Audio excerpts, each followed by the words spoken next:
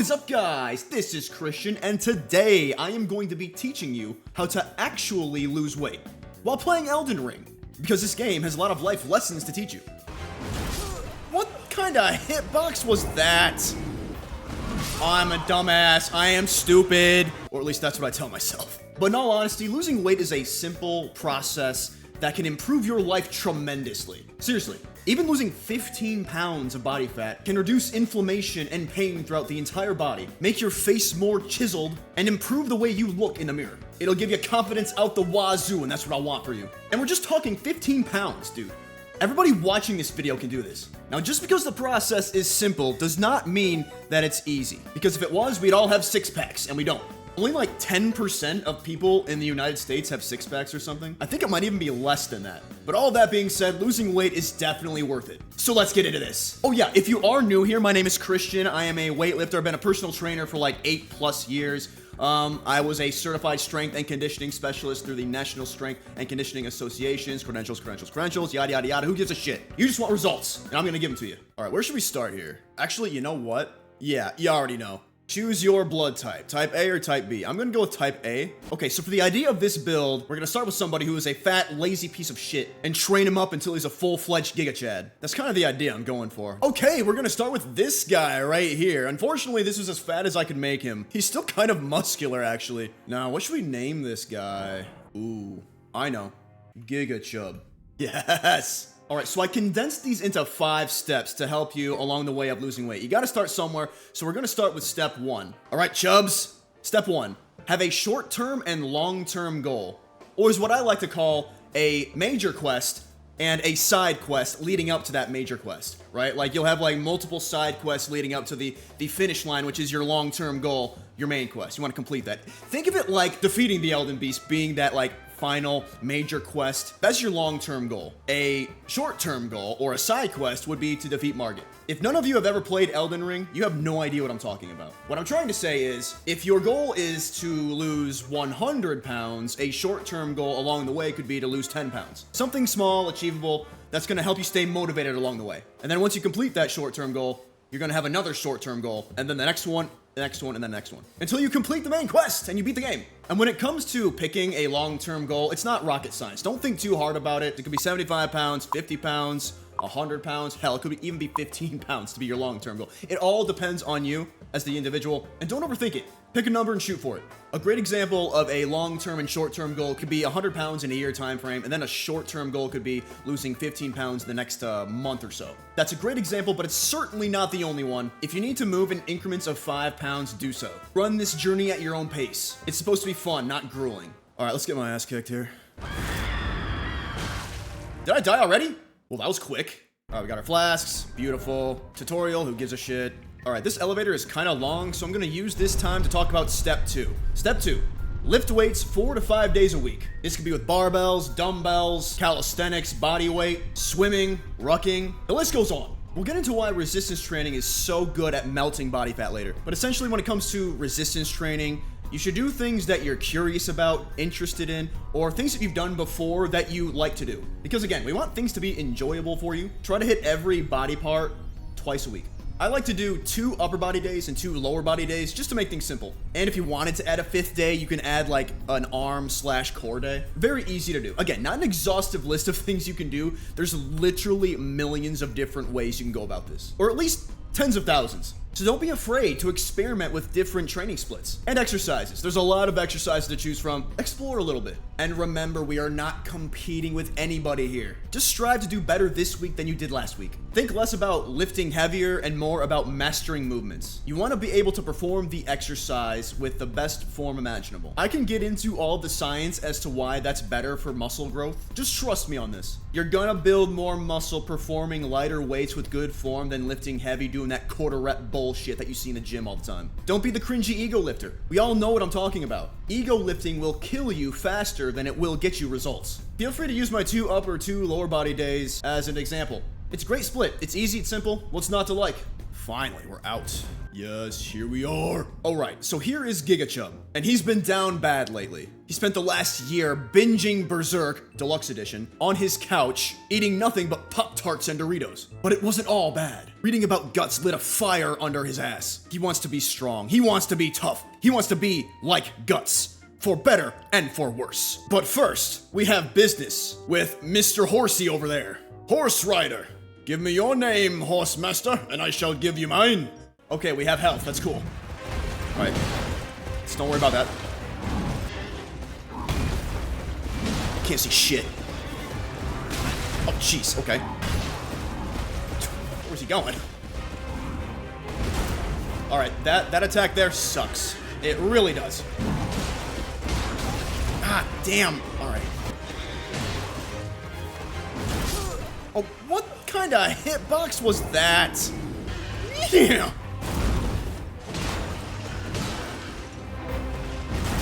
Oh, it did it again. You know what? Wait, you know what I need to do? I need to jump. But yeah, sometimes in the gym, you're gonna have days where you're having a great time and days when you're having like the shittiest day of your life and you're gonna be super fatigued and tired and you're gonna have everything in between. At the end of the day, you just gotta keep pushing forward. Not every day is gonna feel good, but know that both the good days and the bad days are leading you closer towards your goal.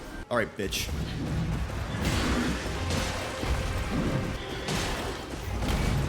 Good start. Oh, I did not see that coming. I'm a dumbass. I am stupid. I have an IQ of fucking 72, dude. Oh my, why did I heal? Oh, I was really close, dude. Jeez. Oh, that was really strong. Let's go. Oh, I didn't think that would hit me. It hit me. Oh, jeez. There we go.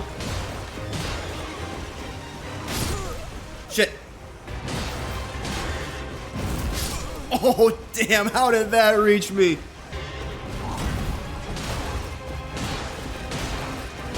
Yes! Finally! Tree Sentinel down. Golden Halberd. We got our first weapon that I'm not going to use. I don't exactly know how I want to spec this build quite yet. I'm going to start putting points into strength because I know we're going to need that for the greatsword.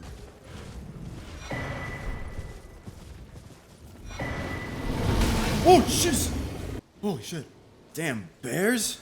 Alright, while I'm on the way to the greatsword, I might as well tell you why resistance training is so effective at melting body fat. It's essentially a very simple formula here, but I'll lay it out for you. Resistance training builds muscle. Muscle burns calories. The more muscle you acquire, the more calories you burn. Jeez, freaking bats. The more calories you burn, the more fat you melt off your frame.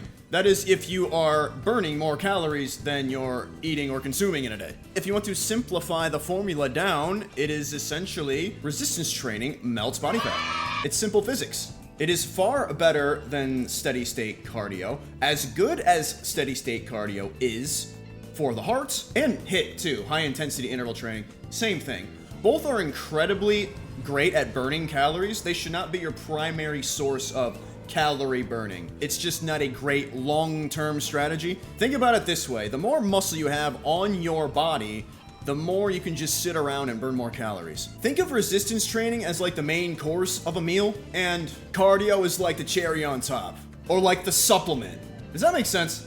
So like I said about burning more calories than you're consuming, that's the way it is. The things that you do in the gym don't mean shit if you eat like shit. That is the world we live in. Which brings me to step 3. Eat whole, minimally processed foods most of the time. So, the sword is right behind these demon dogs. So, I'm not here. I'm not here.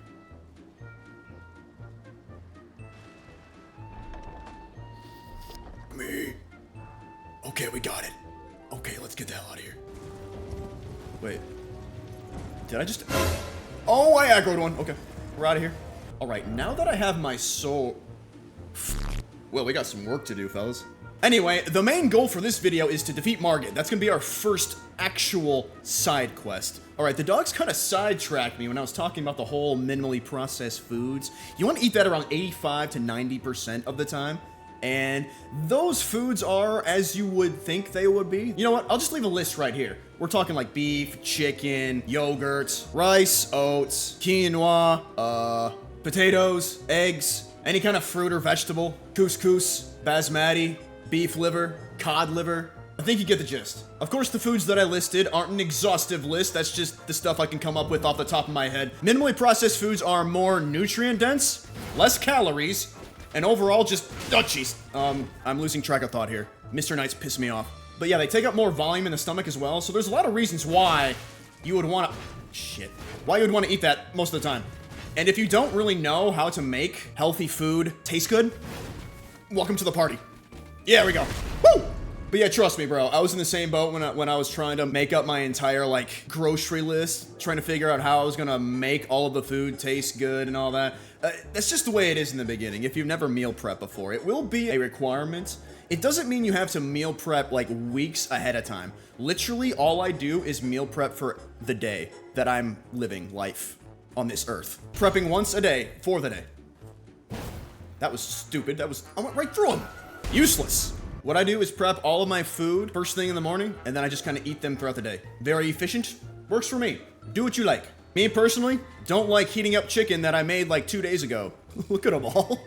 Eating reheated cold chicken in the microwave after 2 days is about as entertaining as soccer kicking a brick wall. So I choose not to do it. Everything is fine. Oh, jeez. Look at that swing. Oh. I can do that too. Come here. This club is actually working out pretty well for me. So something about processed foods that's really bad is the reaction that the body has to them. There's a thing that happens when you eat processed foods where systemic inflammation is increased throughout the body, causing pain, soreness. It reduces your immune system, all of that nasty shit. And what eating mostly whole foods does, it basically dampens the response of that. It dampens the inflammatory response in the body, leading to less inflammation systemically, strengthening your immune system, while also giving you more energy because the body isn't fighting off inflammation. And believe it or not, the body's reaction towards inflammation actually reduces energy that could go elsewhere. That is why healthy food gives you more energy. Or at least that's one of the mechanisms. There's a lot, but I'm not trying to overwhelm you right now. Hey, look, it's raining dogs. I'm not staying here. Rest, rest, rest, rest, rest, rest, rest, rest, rest. I can't rest, I can't rest. Anyway, and so another thing that having less inflammation in the body does to you is it helps you recover quickly from training, so you can actually do more in the gym, burn more calories and all that stuff. And having more energy also means just more bullshit you'll be able to put up with on a daily basis. I am going to come back to the calories in, calories out topic real quick. You got to make sure that you're burning more calories than you're consuming. And eating whole, minimally processed foods is going to help you out tremendously with that. Eating the other shit's just procking you with too many debuffs, so just don't. And by the way, here is a little secret that a lot of people don't know about, but a lot of drinks that you enjoy have a lot of hidden sugar and shit in them that you don't know about. And it's really easy to be overwhelmed by that stuff, like I'm being overwhelmed right now. And it's in more stuff than you would think. So if anything, I would do your best to stick with water. And if you're going to stick with water, there are ways that you can make it taste better. If you don't like plain water, you can add lemon. Wow, that looks like it hurts. You can also add stevia if you really wanted to. And maybe like an electrolyte mix or something. Those actually taste good. The ones that don't have a lot of sugar and shit in them. Because again, a lot of those have sugar too. Like a lot of the like grocery store brands. Use a brand like Element or something. I'm not sponsored. I just think it tastes good. So in summary, eat whole, minimally processed foods most of the time in the week. Doesn't mean you always have to eat that stuff. Just make sure it's like the overwhelming majority of your diet. I promise you it matters. And it's gonna make a hell of a difference for you. And if you're not used to eating that way and you start eating that way, you're gonna start seeing results very quickly. All right, this leads me to step 4, and this is gonna be a doozy for some people, and that is sleeping 7 to 8 hours. Sleeping 7 to 8 hours per night. Jeez, dude, that thing's, no, hell no. I know it's kind of difficult for some of you because of your crazy schedule. Some of you have a night shift. Believe me, I've been there. It sucks. Like, unfortunately, like, your body doesn't care if you can't get that much sleep. You are severely crippling your progress if you can't do this. And let's be real. Most of us can do that. We just choose not to. Now, I totally understand if you can't because you work the night shift or you literally have insane hours and you have a family and all that. I'm not a psychopath who's gonna tell you that you can do it no matter what. Believe me, I know. I'm just saying that most of the time, you can. The biggest debuff that lack of sleep gives you is the hormonal response to sleep deprivation. It f***s up your hormones, throws them out of whack, testosterone decreases in men, hunger hormones increase, you overeat, you become more anxious, and on top of all that, you have zero motivation, zero energy to actually go to the gym. And the body thinks that it's in survival mode. Essentially, that's what we're gonna call it, survival mode. Sleep deprivation survival mode. Confirmed. And it's going to hold on to every little bit of, oh, you piece of shit. It's gonna hold on to every piece of, every little cell of body fat that it has for dear life because it thinks that it's necessary to keep it. Like it's trying to survive. You gotta put your body into a state of restfulness in order for it to say, okay, you know what, this body fat over here, I don't really need it, so we can get rid of it now. So I promise you, if you get more sleep, it's going to make a night and day difference in your ability to get results. How the hell did that hit me? How did that not hit you? This game's rigged. Unfortunately, there's no way around this. If you can't at least get 7 hours of sleep a night, well, gonna have a bad time. Good or bad sleep can be equated to fighting Elden Beast with a greatsword versus a f***ing napkin. The debuffs just aren't worth it. But here's the thing, dude. All of these debuffs can be fixed if you just get enough sleep. Some things that you can do to help with your sleep is invest in blackout curtains. That's what I've done for the longest time. Sleeping in a pitch black room is so nice. It helps so much. As well as turning off all lights and screen time 30 minutes before bed. Now, before any of y'all start screaming at me in the comments, I know sometimes that's a lot to ask for, me included. I love watching Uma Musume before bed. And you know what? I do it and I sleep well enough. It's up to you how you do this. If you're in bed, lights off. That's the rule I use. Also, try not to eat too much before bed, as that can also keep you awake, especially if it's protein. There's been some evidence that, well, anecdotal evidence, that protein keeps some people up at night. Take it for what you will. And I get it, sleep can be fickle. You can be in bed for 8 hours, doesn't mean you're getting 8 hours of sleep. Just do your best, right? I don't have a perfect night of sleep every night, just like, do your best, man. That's all you can do. All right, let's fight Margit. This guy sucked first time I fought him. All right, brother. I guess I can get into step 5 now. Why the hell not? Step 5 is the most crucial step in all of these 5 steps that I'm giving you. Without it, nothing's gonna work. You'll never be successful. And that 5th step is be consistent. You must be consistent. You need to always be consistent. Holy shit, man, I can't talk. Oh, talking and playing at the same time is very difficult. Anyway, what I was trying to say is being consistent is absolutely necessary. There's no way around it. You must be as consistent as you possibly can through the long term, right? You can't just do this shit for a week or 2 weeks or 3 weeks or 3 months and expect it to take you anywhere. You need to be able to do this stuff most of the week for the long term. I'm talking years. That's how you're gonna truly make a change. That's how you're truly going to develop the habits that you need to develop. And being lean and having that energy is gonna be able to give you the motivation and the drive that you need to live the life the way you want. And who doesn't want that? Anyway, first round didn't go so well, so here's round 2. Oops! Oh, what happened? Oh, come on. Oh, damn it. He holds that club up there until like 2027. Oh, thou art of passing skill. I did it. Did you see that? Oh. Oh. All right, Margit. You or me. Let's go.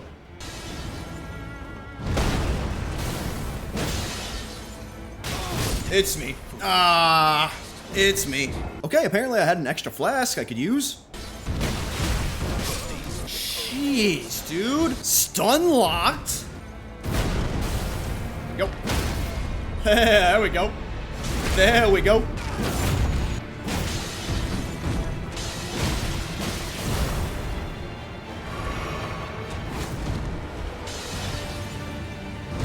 I can dodge that. It's fine. It's fine. Get out! Get out, Margit! Let's go! Ooh.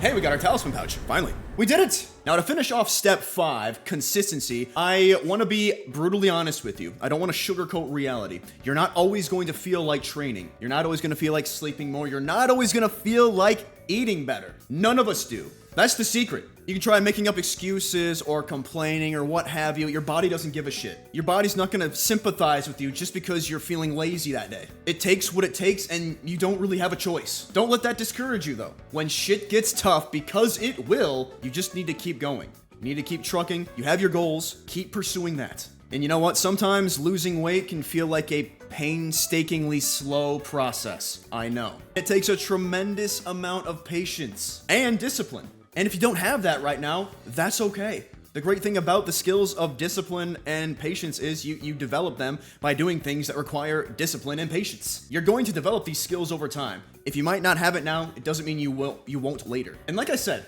even losing 15 pounds can change your life. You'll feel lighter, you'll have more of a hop in your step, you'll have less pain, your mind will be sharper. There's a million and one reasons why you should lose weight. And I hope you take this video and run with it. It's a journey that turns the weak into the strong, the lazy into the disciplined, the chubs into the chads.